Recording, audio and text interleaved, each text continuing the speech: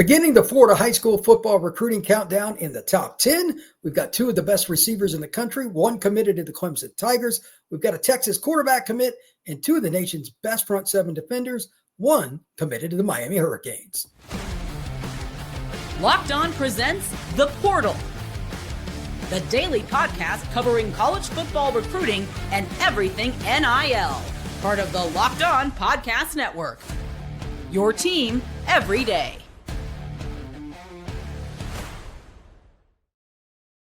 Welcome back into the Portal Podcast, where you get your daily recruiting, NIL, and transfer portal news. I'm your host, Brian Smith, longtime college football recruiting analyst and writer. Thank you for making the Portal Podcast your first listen each and every day here on the Locked On Podcast Network. Today's show is brought to you by our friends over at Game Time. Download the Game Time app, create an account, and use code LOCKEDONCollege for $20 off of your first purchase. As we begin with player number 10, this is the final run. As we get down to the very end here, 10 more players of this podcast and one more later this evening. And it is Calvin Russell that begins the group out of Miami Northwestern, one of the most explosive receivers, not only in the state of Florida or South Florida, but the entire United States.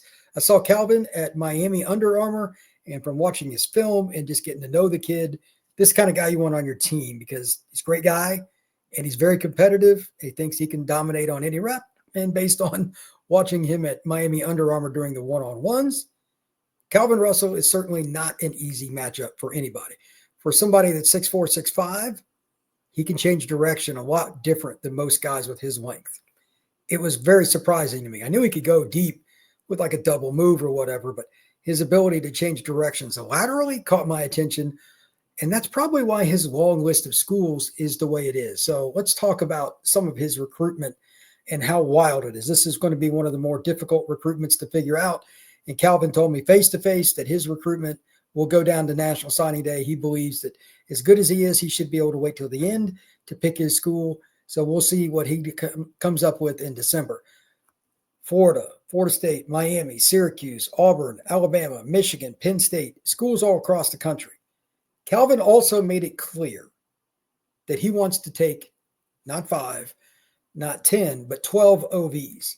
I have a hard time seeing that happen because he's going to wear himself out, but he honestly had a reason for it.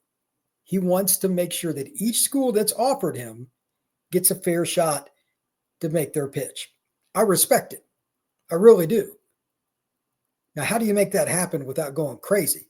He's all the way in South Florida, in the city of Miami. That's a lot of plane miles. But if it happens, good for him. He'll be the first guy that's ever done it. Calvin wants to see everybody and get an idea of where the best fit is. And he said wherever home is kind of his deal. He doesn't know exactly where it's going to be yet, and he's a long way from a decision. He does not hide from that. But the state champion at Miami Northwestern is also somebody that is willing to go through it. He has a great relationship with the Miami staff, a great relationship with Fran Brown in Syracuse. He just got done looking into visits all around the country and trying to sort them out. I'm not sure which order he's going with, but like Michigan and Syracuse and Penn State and different places. He'll get up to all these places and take a visit. We'll see how it goes. I'm curious to see which ones he also schedules for this summer. He should have his list out fairly soon. But again, if you're 6'5", 190 pounds and run like Calvin Russell, teams are going to keep coming after you. So it's not going to get easier for him because eventually he has to say no to everybody but one school. That's really, really hard. So we'll see where he goes. Next up is somebody who's been saying no to a lot of schools for a long time because he's committed to the University of Texas. Also from South Florida, like Calvin, Bell, American Heritage High School quarterback, 6'3", just over 200 pounds. This young man is a natural pocket passer, but he has the ability to roll left or roll right, and just make a really, really good pass. Even if he's got to change his arm angle, if he's got to change all the different things that you would normally want from mechanics, and he has really good mechanics from the pocket, he adjusts. He's a guy that doesn't mind going against top competition. He plays for Hellstar 7-on-7, and they've had a really good program the last few years. And he doesn't mind being out there, even though he's committed. He wants to go out and compete. I love that about him. And he is a good guy, and so is his dad, Roger Bell, former NBA player with the Phoenix Suns, Miami Heat, etc. I think this is a kid that everybody's still going to come after him. Georgia's one of them. Auburn's another. Florida State. But I just don't think he's going to budge from Texas. if you're watching this on YouTube, and you can look at it any way you want, but on the sidebar he's going to stick with Hook'em. Hook'em Horns is just where I think he wants to be because he's comfortable with the staff, not just Steve Sarkisian, but the overall University of Texas staff. That's important to him. And his dad is flown him around to different places to get an idea what's best, Penn State and Notre Dame. And he's been to Florida State and all these different places at one time or another. But I just think Dia wants to be at Texas, and it's probably a pretty good systematic fit as well. Again, semi-mobile. He'll go get you 5-10 yards on third down to pick up the first down, but he is more of a pocket quarterback, which fits Sarkisian's scheme overall. I think it would be a good selection, and that's why Dia's been locked in for a while. We'll see if that changes, but unless somebody leaves that staff in Austin, I expect Dia Bell to sign with the Texas Longhorns. Next up is arguably the most explosive receiver in the country from the Bowl School, one of the best programs also in the country for the last 30 years. They put out a lot of players. That's Naeem Burroughs. Naeem Burroughs is a burner.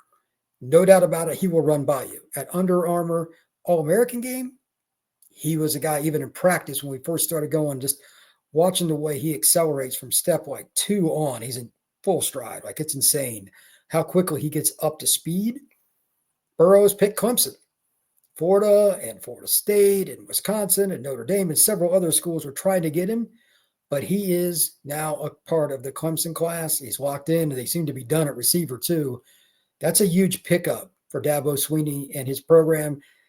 They got Connor Solomon also, a kid from Maryland that's another burner. He's a 10-4 kid. This is a huge deal for them. They used to get a lot of burners out of the state of Florida, but this probably the first one they've had in a while that can be a game changer on the offensive side of the ball.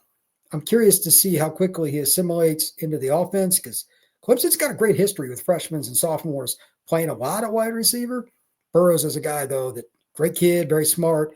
He's used to the academics being a little bit different because the Bowl School is a boarding institution. They take things very serious there. He should be able to adjust really quickly to the college game, and I think he will be a guy that plays pretty early for the Tigers. When we come back, we got 2 front 7 defenders. They can pretty much pick their school. One of them is a big-time commitment to the Miami Hurricanes. That is next here on the Portal Podcast. Imagine watching your favorite team live, feeling the energy of the crowd, and witnessing unforgettable moments.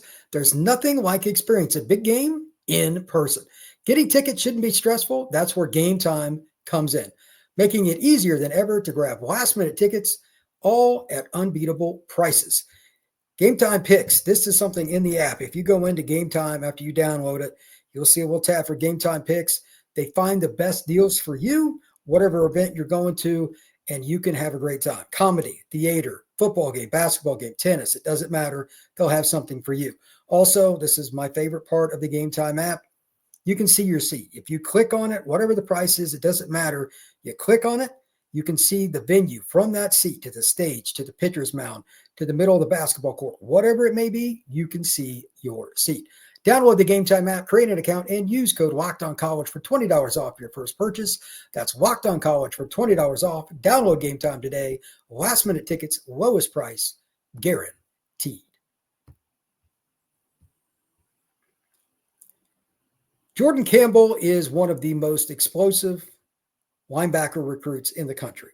Playing at Carroll City High in the Miami Public League, this young man is put together, not only physically, but mentally. He's one of the sharpest kids that I've had the opportunity to interview this year after the Miami Under Armour event. Great guy, very pleasant to be around, but he's not so pleasant for linebackers, running backs, tight ends, and receivers. He's a thumper. What's surprising about him is Jordan's ability to change direction and stick with guys that are smaller than him in coverage. He's got a more ability to do that than the vast majority of linebackers. I would say that linebacker is probably the least important position in recruiting today because so many teams pick on it. He's a guy that's an exception. Jordan Campbell can stay on the field on 3rd and 7, be a blitzer. He can play the middle zone. He can spy the quarterback. He can take the running back out of the backfield on a wheel route and run with it. When you have versatility like that, even if you're going up against, let's say, Rich Rod's offense, now that he's back at West Virginia and it's a go offense, you can leave him on the field and not get torched. Hard to find guys like that. And again, he is put together. Think of an MMA fighter. a boxer, a gymnast, somebody that is really, really athletic, put together from top to bottom. That's Jordan Campbell. And again, great kid, somebody who understands what it's like to be in front of a camera. He is the perfect representation for any school, and he's currently committed to the Miami Hurricanes. Been committed a long time, in fact. That doesn't mean that Florida State, Florida, Bama, and a whole bunch of other schools aren't trying to get him on campus. He will probably take some OBs. He's starting to get acclimated a little bit more with the UF staff. They've had some change there. Florida State staff has as well. Bama is a program that, it kind of speaks for itself. I think that historically, the South Florida kids always want to visit one or two schools out of state. We'll see if he does. Maybe Bama's one. But Jordan Campbell is committed to Miami. I expect him to sign there, but it's not 100% a done deal. To finish up today, this is another great prospect and one that I have yet to be able to see live, but I should later this spring. I'm very, very much looking forward to it. That is Trenton Henderson out of Pensacola Catholic. Maybe the best pass rusher in the South in terms of just raw athleticism and length, in terms of his upside. I need to see more this year to believe that's 100% true, but like on the hoof, Trenton Henderson is ridiculous. I just want to see him get an opportunity. I know most teams stick away their run game to the other side and they double him, etc. He's probably going to have a hard time getting an easy way to the quarterback, but whatever happens with Trenton, I think this is a guy that long-term, when he gets to college and everybody's good and teams have to single him, his stats will go up. He might actually have better college stats than some of his high schools. Official visit list is pretty impressive. Auburn, May 16th. Vanderbilt, May 30th. Bama, June 6th. Florida is on June 13th. And the Florida State Seminoles are on June 20th. That doesn't mean that other schools aren't involved. The Michigan Wolverines, he just visited there. He posted that on X. And several other schools, again, are still trying to get Trenton Henderson on campus. We'll see where he goes. I plan to see him later this spring during a jamboree down in Pensacola. And it's, again, probably the one that I want to see more than anything else, because not many of the kids in that area get a lot of exposure. I plan to go down there and have some good times. And Trenton is certainly at the top of the list. Thank you once again for making the Portal Podcast your first listen each and every day. Truly appreciate you stopping in to find out all the latest happenings in the world of recruiting, NIL, and the transfer portal.